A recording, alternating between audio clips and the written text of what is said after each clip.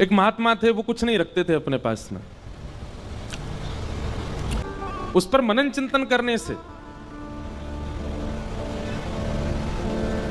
एक कथा अचानक याद आई हमको।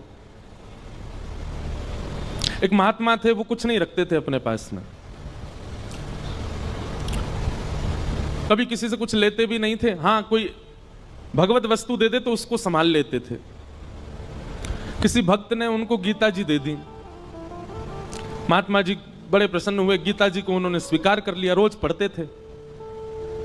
कुछ दिनों में संपूर्ण गीता जी का पाठ पूरा हो गया। तभी एक व्यक्ति, उसके अंदर वैराग्य जाग गया था, वो महात्मा जी के पास आया, बोले मुझे अपनी सेवा में रख लीजिए। तो महात्मा जी ने उसको अपनी कुटिया में रख लिया। निष्किंचन महात्मा। एक दिन उनके मन में भाव आया कि हम कुछ तीर्थ यात्रा करने के लिए जा रहे हैं। तो महात्मा तीर्थ यात्रा के लिए जैसे ही निकले तो चेलाराम से कह के गए, बोले देखो हमारी कुटिया में है तो कुछ भी नहीं, खाली है पूरी, एक गीता जी है बस, यही हमारी संपत्ति है, इनको संभाल के रखना। उसने कहा ठीक है। अब वो गीता जी को संभाल करके रखता था। एक दिन एक चूहा घुस गया कुटिया में और वो गीता जी को कुतरने लगा। उस व्यक्ति ने देखा कि अरे ये चूहा तो हमारी गीता जी को खा जाएगा। उसने मनोविचार किया क्या करें, गांव वालों से पूछा तो गांव वालों ने कहा कि बिल्ली रख लो तो फिर चूहा नहीं आएगा। तो वो कुटिया में बिल्ली ले आए कि बिल्ली के डर से चूहा नहीं आएगा। कुछ दिन तो चूहे नहीं आए, लेकिन बिल्ली बेचारी पतली दुबली होने लग गई, उसको भोजन पानी मिलता नहीं था, सूखने लग गई। व्यक्ति को बड़ी चिंता हुई, उसने गांव वालों से कहा, बोले हमारी बिल्ली तो पतली हो गई, अब क्या करें? बोले इसको दूध पिलाना पड़ेगा तब हिष्ट पुष्ट होगी। तो क्या करें उसके लिए? बोले गैया रख लो। कुछ दिन तो किसी भगत के यहां से दूध आ जाता था, लेकिन कुछ दिन बाद एक गैया और रख ली। अब गैया का दूध उसको बिल्ली को पिलाने लगे।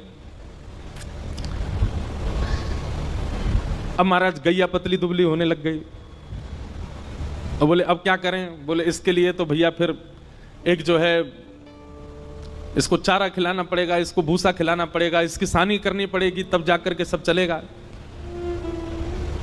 मन में विचार करने लगे बड़ा दिक्कत वाला काम है, अब उसके लिए क्या करें? तो बोले एक काम करो, एक दासी रख लो, वही घर को संभाल लिया करेगी, वही गैया की सेवा कर दिया करेगी, दूध निकाल के आपको भी पिला देगी, बिल्ली को भी पिला देगी। ठीक है, दासी रख ली। दासी से प्रेम हो गया तो उससे ब्याह हो गया। ब्याह होने के बाद में 3-4 बालक हो गए। कुछ महीनों बाद, साल बाद महात्मा लौट करके आए। महात्मा जी ने अपनी कुटिया में जीवन में कुछ नहीं रखा, केवल गीता जी रखी थी। आज जब लौट करके आए तो क्या देखा? बच्चे खेल रहे हैं, गैया बंधी हुई है, बिल्ली और बिल्ली के बालक भी डोल रहे हैं वहां पे, और वो जो सेवक था वो अब मोटा ताजा हो गया है और वहां बैठा रोटी पा रहा है, पत्नी भोजन बना रही है। बोले चेलाराम, अरे गुरुजी गुरुजी गुरुजी आओ आओ, प्रणाम श्री चरणों में। ये सब क्या किया बेटा तुमने? मैं कुटिया दे के गया था तुमको, एक गीता जी दे के गया था, ये सब तुमने क्या इतना विस्तार कैसे कर दिया? बोले गुरुजी सब गीता जी ने ही करवाया, गीता जी की कृपा से ही सब वैभव बना है मेरा। क्यों, तुमने पाठ किया था क्या? 18 अध्यायों का पाठ किया था? अरे पाठ नहीं किया मैंने, 18 अध्याय देख लिए। बोले कैसे देखे? बोले पहला अध्याय तो बिल्ली है, दूसरा अध्याय गैया है, तीसरा अध्याय पत्नी है, चौथे पांचवें छठवें डोल लाइन नीचे सारे अध्याय हैं। गुरुजी समझ गए। बोले गीता जी केवल रखी थी, पढ़ी नहीं थी, पढ़ी होती तो इतना विस्तार नहीं होता। हम लोगों को लगता है कि केवल रामायण जी को पूज लो, भागवत जी को पूज लो, गीता जी को पूज लो, इन्हीं से काम हो जाएगा। नहीं, आप उसका स्वाध्याय नहीं करेंगे, उस पर मनन चिंतन नहीं करेंगे, जो आपके मन में विकार हैं, जो मन में आसक्तियां हैं, वो कैसे समाप्त होगी? पैरासीटामोल घर में रखने से बुखार थोड़ी उतरेगा, उसको पाना पड़ेगा। अदरक घर में रखने से गला ठीक थोड़ी हो जाएगा, उसको कूट के उसका रस लेना पड़ेगा। दूध घर में रखने मात्र से चाय थोड़ी बन जाएगी, बनानी पड़ती है। बाजार से केवल घिया, लौकी, तोरई, टमाटर लाके घर में अब तो सब्जी बन जाएगी, कैसे बने? अपने आप बनानी पड़ेगी। सामग्री घर में लाने से कल्याण नहीं होगा, सामग्री का उपयोग करना आना चाहिए। ये भ्रांति फैला दी है हमारे भारत में। मैं अधिकतर जाता हूं इंटरव्यूज में, मुझसे यही पूछा जाता है कि महाभारत जी रखने से लड़ाई होती है घर में। अरे किसने कह दी ये बात? और एक बात सुनिए, आप महाभारत घर में नहीं रखते तो कम लड़ाइयां हो रही हैं आपकी। महाभारत ने तो युद्ध को विश्राम किया है। हमारे शास्त्र कहते हैं यन्ने भारत तन्ने भारत। पूरी दुनिया में आप जो कुछ भी देखते हैं, चाहे वो स्वभाव हो, चाहे वो व्यवहार हो, चाहे वो दोष हो, चाहे वो गुण हो, ऐसा एक भी दोष गुण स्वभाव व्यवहार क्रिया नहीं है संसार में जो महाभारत में नहीं लिखी हो। सब लिखा है। कई ऐसे व्यवहार हैं जिनका अभी तक प्रादुर्भाव नहीं हुआ, वो हमारे बच्चे उनके बच्चे देखेंगे। जैसे हमारे दादा परदादाओं ने आज का युग का जो व्यवहार है ये नहीं देखा था। अब कई कई नए नए व्यवहार आविष्कृत हो रहे हैं ना, जैसे जैसे कलयुग आगे बढ़ रहा है। सब लिखा है महाभारत में। और जो महाभारत में नहीं लिखा, हमारे संत जन कहते हैं वो दुनिया में आपको कहीं देखने को मिलेगा ही नहीं। सब कुछ है महाभारत में। महाभारत का छोटा सा अंश है भगवत गीता, जिसने पूरे विश्व को ज्ञान दे दिया। समझो महाभारत कैसा होगा।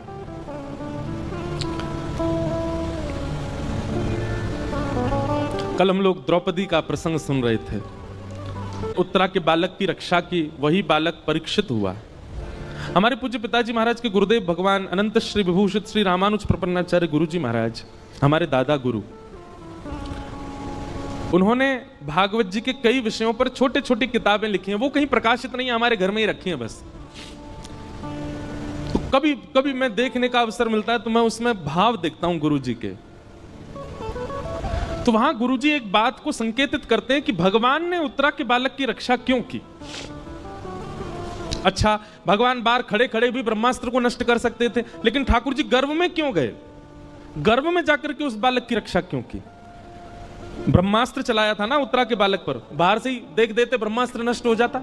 ठाकुर जी भीतर क्यों गए?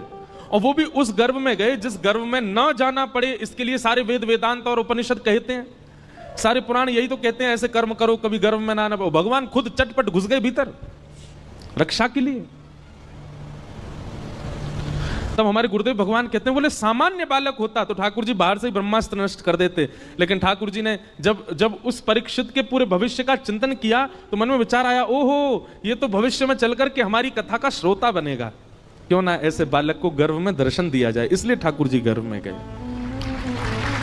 आप लोगों को बहुत आसान लगता है कथा में आना, आप लोगों को बहुत आसान लगता है कि गाड़ी में बैठ के आए, पहुंच गए, कथा में कथा सुन ली। हमको बहुत आसान लगता है कथा करना, वैसे है नहीं, हमको तो नहीं लगता आसान। कोई हमसे पूछे कितनी कठिनाइयां होती हैं कथा सुनाने में। कई बार आपने देखा होगा कि हम आंख बंद करके कथा कह देते हैं 1 आध घंटा तक। क्यों? उस समय किसी श्रोता का कुभाव दिख जाता है। कुभाव मतलब या तो उबासी लेता हुआ दिख गया कोई, या फिर कोई फोन चलाता दिख गया है। तो ऐसी स्थिति में जब श्रोता दिख जाते हैं तो फिर कथा भूल जाता हूं मैं, इसलिए फिर मैं आंख बंद करके कथा कहता हूं। हम मना क्यों करते हैं कि जब हम मंच पे आए तो हमको स्पर्श मत करो? उसके पीछे कोई और बात नहीं है। ऐसा नहीं कि मेरे अंदर बहुत पुण्य है इसलिए मना कर रहा हूं। मैंने अनुभव किया है कि कई बार लोगों के स्पर्श से हम जितने भावना बना करके आए मंच पे आके सब भूल जाता हूं मैं। आप तो सद्भाव से स्पर्श कर रहे हो, पर किसी का कोई भाव ही नहीं है, वो देखा देखी स्पर्श कर रहा है। इसलिए दूर से प्रणाम करो, आपको ही फायदा मिलेगा, हम कथा अच्छे से सुना पाएंगे। पर जब बहुत ज्यादा लोग स्पर्श कर देते हैं तो मैंने देखा है कि मेरे भाव जितने होते हैं शून्य हो जाते हैं। कथा करना भी बड़ा कठिन है, पर कथा सुनना भी बहुत कठिन है। कथा में बैठना, बैठ करके बहुत देर तक श्रवण करना, और केवल श्रवण नहीं, उसका निधिध्यासन करना, उसको समझ करके जीवन में उतारना, ये भगवत कृपा के बिना नहीं हो सकता।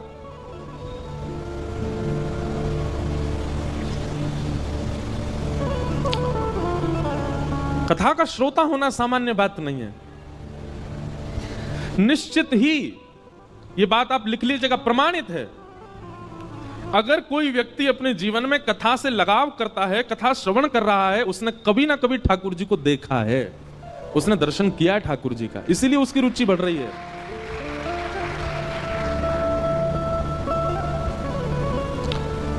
क्यों इतना आनंद आता है सुनने में, क्यों इतना सुख मिलता है आपको? क्योंकि कभी ना कभी आपके जो भीतर चित्त है, आपकी जो आत्मा, उसने कभी अनुभव किया है ठाकुर जी का। इस जन्म में नहीं तो गर्भ में किया होगा, गर्भ में नहीं तो पूर्व जन्म में किया होगा, कभी तो किया है। तभी आपकी रुचि बढ़ रही है, तभी कथा सुनते सुनते नेत्र सजल हो रहे हैं, कथा सुनते सुनते प्रसन्नता हो रही है, कथा सुनते सुनते रोंगटे खड़े हो रहे हैं। ये सब विचार, ये सब प्रभाव हमारे ऊपर क्यों हो रहे हैं? क्योंकि कभी ना कभी तो ठाकुर जी का दर्शन हुआ है हमें।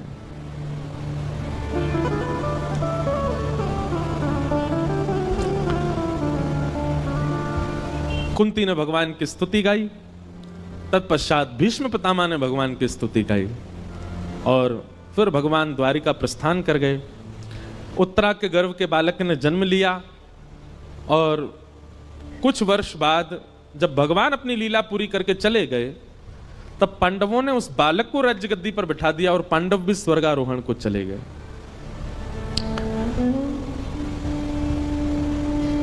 परीक्षित धीरे धीरे बड़े हुए, उनका विवाह हुआ, जन्मेजय आदि पुत्र हुए। अब यहां पर एक बहुत बहुत अच्छी बात है, पता है? बटुक जी भी बैठे हैं, कई सारे विद्वान भी बैठे हैं। अधिकतर व्यास कहते हैं, हम भी कहते थे पहले कथा में, कि कलयुग को 5 स्थान दिए, और उन 5 स्थानों में एक स्थान जात रूप मदात प्रभो सोने में निवास दिया। अभी हम इसका विस्तार करेंगे, बस कुछ व्यास बैठे हैं सन्मुख, उनको बता रहे हैं। और उसके बाद परीक्षित ने आकर के मुकुट पहन लिया, जिसकी वजह से उनके मस्तिष्क में कलयुग प्रविष्ट हो गया। पर यह कथा भागवत में लिखी नहीं है। परीक्षित जी ने कोई मुकुट नहीं धारण किया, बल्कि श्रीमद् भागवत जी में तो स्पष्ट ऐसा लिखा है कि जब तक परीक्षित जी पृथ्वी पर थे, कलयुग थरथर कांपता था। कलयुग ने अपना प्रभाव डाला ही नहीं कहीं पर भी। तो फिर कहते हैं, फिर परीक्षित की मति कैसे बिगड़ी?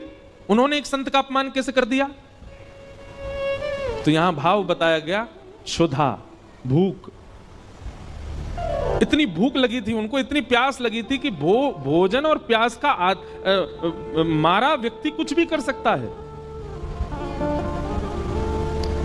इसलिए व्यक्ति को अत्यंत भूखा भी नहीं रहना चाहिए, क्योंकि अत्यंत भूख जो होती है, कलयुग उस पर भी प्रभाव डाल करके उससे गलत करवा देता है।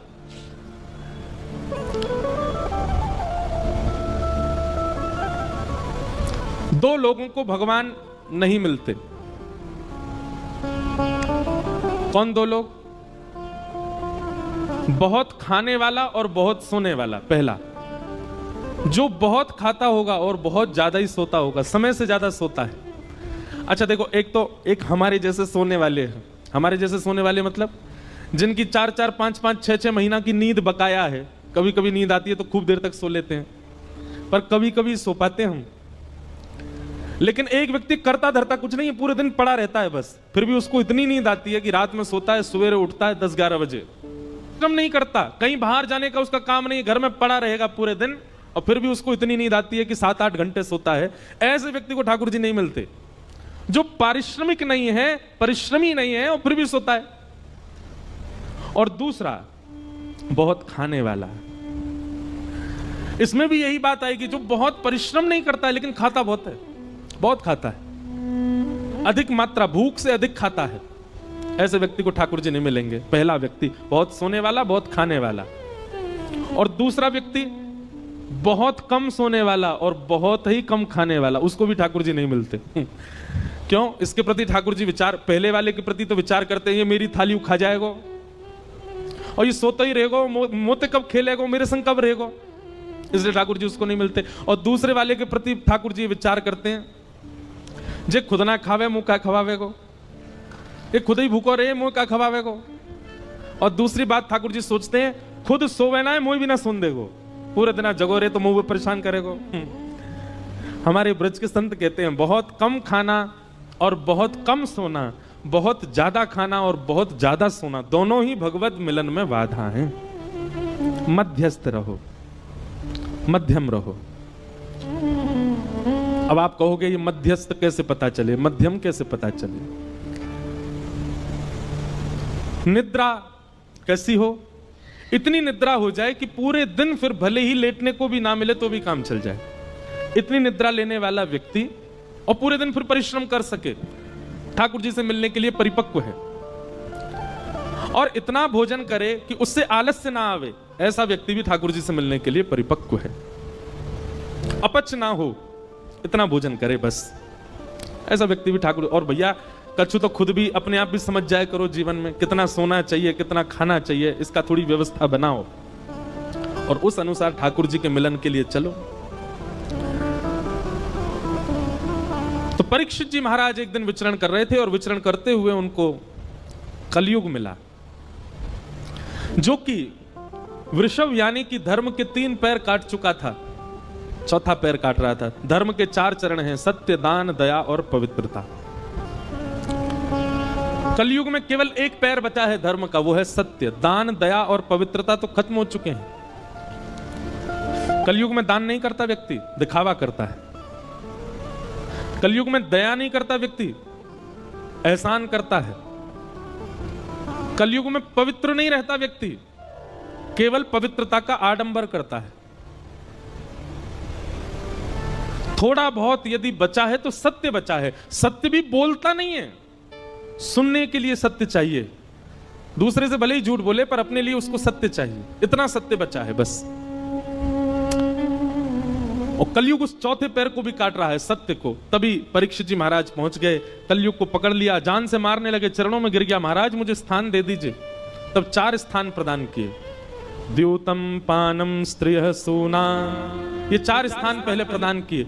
जुआ, मदिरा पान, भक्ष भक्ष सेवन, पर स्त्री पर पुरुष गमन और हिंसा, लड़ाई झगड़ा, कलेश, इसमें कलयुग का निवास। कलयुग ने पुनश्च याचना की, बोले कि महाराज मेरा परिवार बड़ा है, 1 स्थान और दे दो। तो उसको जात रूप मदात प्रभो, अनीति से कमाया गया धन, 5वां स्थान प्रदान किया। इन 5 स्थानों पर बहुत सावधान रहा कीजिए, कभी भी जुआ में नहीं खेलना है। जुआ का मतलब क्या होता है? धन को दांव पर नहीं लगाना है। यह शर्त लगाना भी एक प्रकार का जुआ है, नहीं लगाया कीजिए। भैया सीधी बात है, किसी की पत्नी को दांव पर लगा दोगे, पति छोड़ेगा आपको? और वो भी पति कौन है? जगत नियंता, जगदाधार, जगदीश्वर, त्रिलोकीनाथ, उनकी पत्नी है लक्ष्मी। आप लक्ष्मी को दांव पर लगा दोगे, नारायण प्रसन्न रहेंगे आपसे। भागवत जी में वर्णन है कि जुआ खेलने वाला व्यक्ति लक्ष्मी को असद स्थान पर प्रयोग करने वाले व्यक्ति से पंचदेव सदैव नाराज रहते हैं।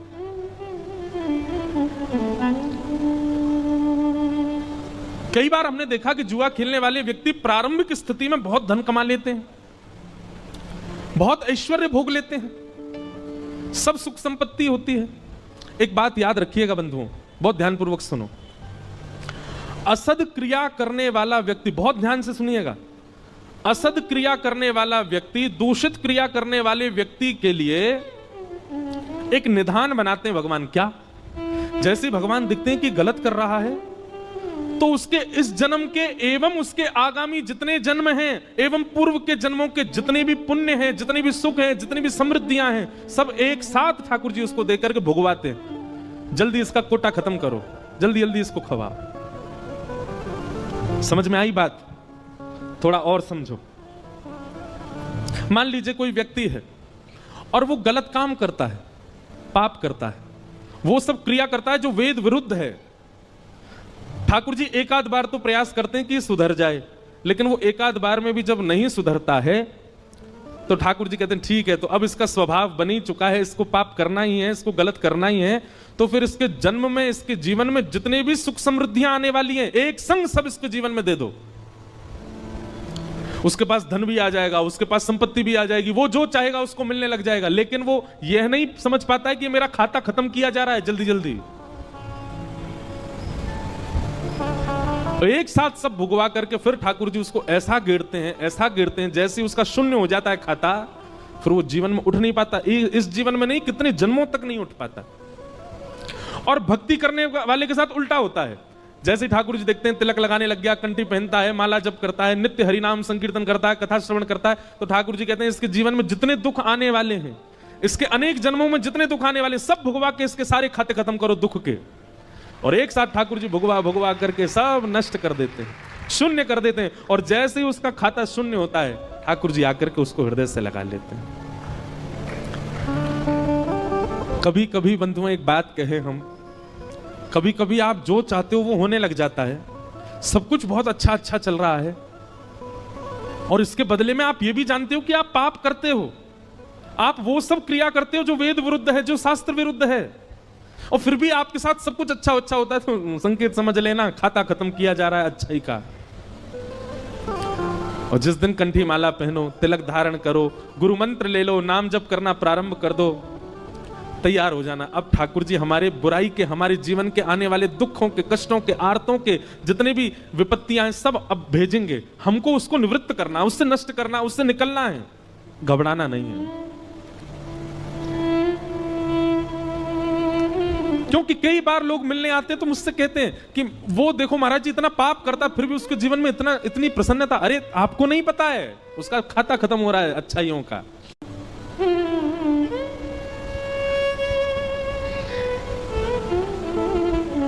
इसलिए कभी कभी जीवन में रुकावटें आना, कभी कभी जीवन में एंजाइटी आना, डिप्रेशन आना, चिंताएं बढ़ना, थोड़ी थोड़ी परेशानियां आना, इनसे समझा करो कि नहीं हमारा जीवन ठीक चल रहा है और कुछ हो ही नहीं रहा है। 5 साल हो गए, सब बढ़िया ही बढ़िया चल रहा है, कुछ कोई दिक्कत ही नहीं आती, कभी कोई रुकावट ही नहीं आ रही, कभी चिंता ही नहीं हो रही, कोई परेशानी ही नहीं आ रही। घबरा जाना, हे नाथ जरूर आप कुछ भयानक करने वाले। समुद्र में जब सुनामी आने वाली होती ना, लहरें धीमी कर देता है समुद्र, शांत हो जाता है समुद्र और धीरे धीरे पीछे जाने लग जाता है। तो किनारे वाले लोगों को लगता है अरे ये तो अंदर जा रहा है, और अंदर चलो, और अरे ये तो अंदर जा रहा है, अरे शांत हो गया, देखो लहरें ही नहीं आ रही हैं। और फिर अचानक से एक ऐसा ज्वार भाटा आता है, सब नष्ट कर जाता है। सुनामी देखी है कभी आपने?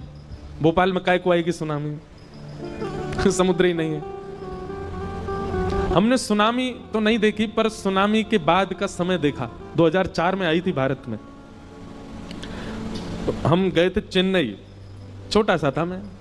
उसके बाद सुनामी के बाद का समय, और कभी देखना हो ना तो कभी रामेश्वरम जाइए, और रामेश्वरम दर्शन करके फिर आप जब धनुषकोडी जाएंगे तो बीच का जो मार्ग है वहां देखेंगे दोनों तरफ समुद्र है, इधर भी समुद्र, बीच में रास्ता। तो वहीं एक गांव हुआ करता था किसी समय पर, वो सुनामी में आज भी पूरा गांव वहां दिखता है, टूटे हुए घर, बहुत भयानक। हमारी कथा अभी रामेश्वरम में, हम साल भर में एक ही राम कथा करते हैं बस। वो भी एक परिवार है, उन्हीं को ही दे रखी है। उन्होंने संकल्प लिया 12 ज्योतिर्लिंग में कराने का, तो पिछले साल सोमनाथ में हुई, इस साल रामेश्वरम में, अगले साल देखो कहां होगी। 12 ज्योतिर्लिंगों में हर साल तो है 25 दिसंबर से रामेश्वरम। और भरत चरित्र पर कथा है, केवल श्री भरत जी का चरित्र। हमारा अभ्यास तो कम है मानस जी पर, लेकिन कई बार जिसको भोजन बनाना नहीं आता ना, कभी कभी रसोई में घुस जाए और कुछ बन तो अच्छा बना जाता है। और कई बार परिपक्व व्यक्ति जो हमेशा ही बनाता है, कई बार उससे भी बढ़िया नहीं बनती सब्जी। तो हम अपनी कथा की प्रशंसा नहीं कर, अपने भाव की प्रशंसा कर रहे हैं। हमको राम कथा का इतना अभ्यास नहीं, पर जब हम बोलने बैठते हैं ना तो इतना आनंद। सोमनाथ की घटना है, सोमनाथ में जब कथा थी, पहली बार राम कथा की, तो हमने कहा भाई हम हर दिन एक पात्र के ऊपर बोलेंगे। एक दिन सीता जी के ऊपर बोले, एक दिन शत्रुघ्न जी के ऊपर बोले, एक दिन लक्ष्मण जी के ऊपर, हनुमान जी के ऊपर, आदि आदि सबके ऊपर एक एक दिन का प्रसंग रखा था। जिस दिन भरत जी का चरित्र था तो मैं कक्ष में पढ़ता था पूरे दिन, मैं मिलता नहीं था वहां किसी से, पढ़ता था और कथा करता था। तो जो भरत चरित्र हम पढ़ रहे थे, आज भी स्मृति में आता है वो सब भाव। अपने बिस्तर की रजाई में घुस के रोया, मैं इतना रोया कि मैं बस ये बोलूं संग वालों से, आज कथा मैं नहीं कर पाऊंगा। मैंने कि जो चरित्र पढ़ने में इतना भाव दे रहा है उसको हम कैसे सुनाएंगे। पर वास्तव में मानस जी, रामचरित्र मानस सामान्य नहीं है, अद्भुत। और उसको कोई भावजन्य व्यक्ति सुने और भावजन्य व्यक्ति सुनाए तो ही मानस जी को न्याय मिल पाएगा, नहीं तो नहीं। तो कहां से कहां बात पहुंच गए, सुनामी से, रामेश्वरम से, धनुषकोडी से, मानस जी से सोमनाथ, पूरी भारत यात्रा करवा लाया आपको। तो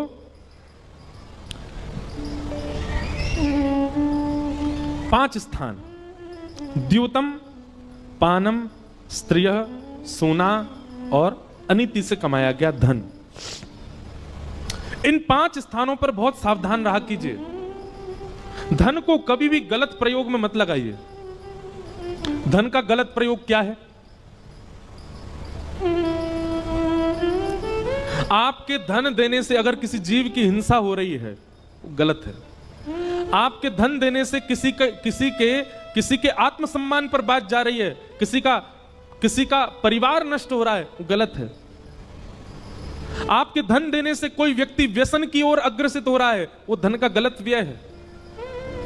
आपके धन देने से गलत व्यक्ति अपने सही मार्ग को छोड़ करके गलत मार्ग पर जा रहा है, वो धन का व्यय गलत है। कुपात्र दानाच भवेत् दरिद्रम दरिद्र भावेन करोति पापम पाप प्रभावा नरकम प्रयाते पुनर्दरिद्री पुनरेव पापी।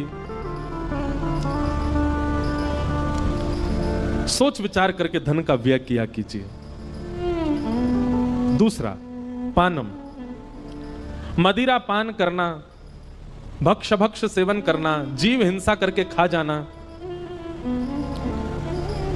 तंबाकू खाना, सिगरेट पीना और दुनिया भर के नशीले पदार्थों को अपने मुख पर धारण करना, ये सब पाप है। आप तांबूल सेवन कर सकते हैं। तांबूल मतलब सुपारी प्रसाद की ले सकते हो, पान खा सकते हो, मीठा। आप ठाकुर जी को निवेदित करके जल आदि का सेवन कर सकते हो, शिकंजी पी सकते हो, आदि आदि। अब हम सीधा संकेत, आपको पता ही हम कहां कर रहे हैं, वो नहीं करना चाहिए। कई जगहों पे तो भगवान का प्रसाद बता करके भी कह दिया जाता है कि इसको ले लीजिए, ठाकुर जी का प्रसाद है। नहीं, प्रसाद के रूप में भी स्वीकार नहीं करना। कोई देवी देवता नहीं पाते। ये मानव अपने जीव के स्वाद के लिए कुछ भी करता है। बताओ, महादेव को यूं बता देते हैं महादेव ऐसा। अरे महादेव को अगर विजया का भोग लगता है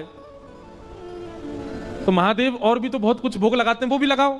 महादेव तो विष का भी भोग लगाते हैं। महादेव तो नीलकंठ भी है। महादेव तो गले में सर्प पहन के भी रहते हैं। महादेव तो हिमालय -30 डिग्री सेल्सियस में बागंबर पहन के रहते हैं।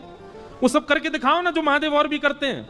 देवताओं की तुलना में फिर वो सब क्रिया नहीं करनी चाहिए जिससे आपके जीव के स्वाद या आपकी मनवांछित इच्छा पूरी हो रही हो। पाप लगेगा। सही बता रहे हैं, जो महादेव का नाम लेकर के जीवन भर नशा करता है, उसकी मृत्यु के बाद शमशान से ही त्रिशूल लेके भागते होंगे महादेव उसके पीछे। तुझे बताऊं मैं, पहले मेरे नाम पर जाने क्या क्या करके आया। ये क्यों नहीं सुना तूने कि महादेव 24 घंटा राम नाम ध्वनि के चिंतन में रहते हैं? वो क्यों नहीं किया? महादेव पार्वती जी को बैठा बैठा करके कथा सुनाते हैं, अमर कथा सुनाते, ये क्यों नहीं किया तेने? महादेव ने अपनी जटा से पूरे विश्व को पवित्र करने वाली गंगा जी को प्रकट करके, आई तो वो ब्रह्मलोक से हैं, आई तो वो विष्णु लोक से हैं, पर महादेव के जटा से ही तो पृथ्वी पर आई हैं। महादेव जैसे उच्च कोटि के बन तो जाओ।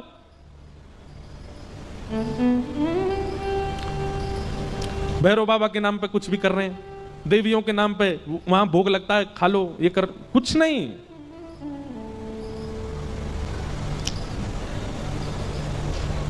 व्यसन प्राधान्य जो देवों को पूजते हैं ना, और देवताओं की पूजा के बाद फिर व्यसन को अपने उपभोग में लेते हैं। ठीक है, कहीं पर विधान है कि देव को अर्पित करना है, किसी के गणों को अर्पित करना है, लेकिन उसके प्रति आपकी भावना फिर क्या, वो प्रसाद रूप में हम भी ले लें,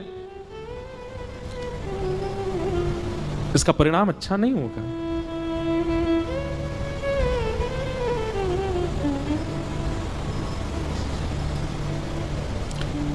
एक बार मैं कहीं कथा में बोल रहा था कि किसी व्यक्ति के ऊपर देवी देवता नहीं आ सकते, गण आ जाते होंगे। भैया सीधी बात है, प्रधानमंत्री किसी व्यक्ति को विशेष को परेशान नहीं करता, उसके नीचे रहने वाले, नीचे बैठने कुर्सी वाले परेशान कर देते होंगे। प्रधानमंत्री किसी को फोन करके नहीं कहेगा रुक जा बेटा रात में गुंडे भेज रहा हूं तेरे पास ना। उसके नीचे बैठने वाले जिनकी बातें प्रधानमंत्री को पता ही नहीं है कि वो कहां क्या करते हैं, वो परेशान करते हैं। भैया आदिदेव जितने भी हैं ये सब तो कृष्ण चिंतन में इतने व्यस्त रहते हैं, इन पे समय आपको परेशान करने का। उनके नीचे जो छोटे छोटे गण बैठे रहते हैं वो जरूर परेशान कर देते होंगे। कभी देवी देवता आपको परेशान नहीं करते, आपके ऊपर नहीं आते, आप पर हावी नहीं होते। उनके गण जरूर कोई लीला कर देते होंगे, वो बात अलग है। पर हमको 9 साल हो गए कथा करते करते, हमारे सिर पे क्यों नहीं आ रहे देवता? विवाह के पश्चात एक पतिव्रत धारण करो, और उसमें करना कुछ ज्यादा नहीं है। केवल एक ही काम करना है, क्या? जिससे आपके साथ फेरे हुए हैं, जिससे आपका पाणी ग्रहण हुआ है, अब वो सर्वस्व। संसार का सबसे बड़ा व्रत यही है, इससे बड़ा व्रत कोई नहीं हो सकता। और जिसने ये व्रत पूर्ण रूपेण पालन कर लिए, वो उसकी सारी एकादशी हो गई, उसके सारे मंगलवार हो गए, उसके सारे सोमवार हो गए, उसके सारे प्रदोष हो गए। हाँ, वो बात अलग है, उसके बाद भी वो रखे एकादशी आदि के व्रत, वो अच्छी बात है, पर यह व्रत धारण करना सामान्य बात नहीं है। ऐसा व्यक्ति, ऐसी माताएं पूजनीय हैं, वंदनीय है। इसलिए कलयुग का तीसरा स्थान बताया गया, पर स्त्री पर पुरुष संग।